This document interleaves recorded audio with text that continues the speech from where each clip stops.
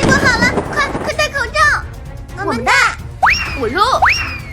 大头你干嘛？快把口罩捡起来。切，口罩勒耳朵，我才不戴。快看呐，有礼物！礼物？哎呀，我去开门。不要啊！快让我看看是什么好东西。糟了，是科特大王，口罩我戴。哈哈，礼物就是送你们去医院，病毒攻击。我弹。可恶，怎么没用？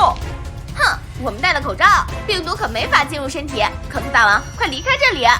可恶的口罩！哈哈，这儿有个没口罩的病毒攻击。我感冒了。大哥，这有病人，快带去医院打针。什么打针？救命啊！我不要去。打针好可怕，幸好我们都戴了口罩。哼，等我升级成最强病毒，冲破口罩防御再来感染你们。怎么办呀？等咳嗽大王下次再来，口罩就没用了。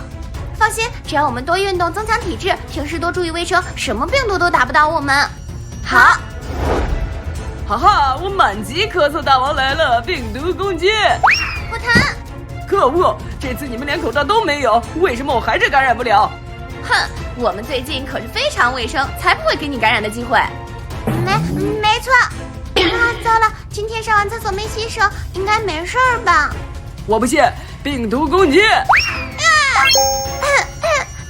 我感冒了。什么？怎么会这样？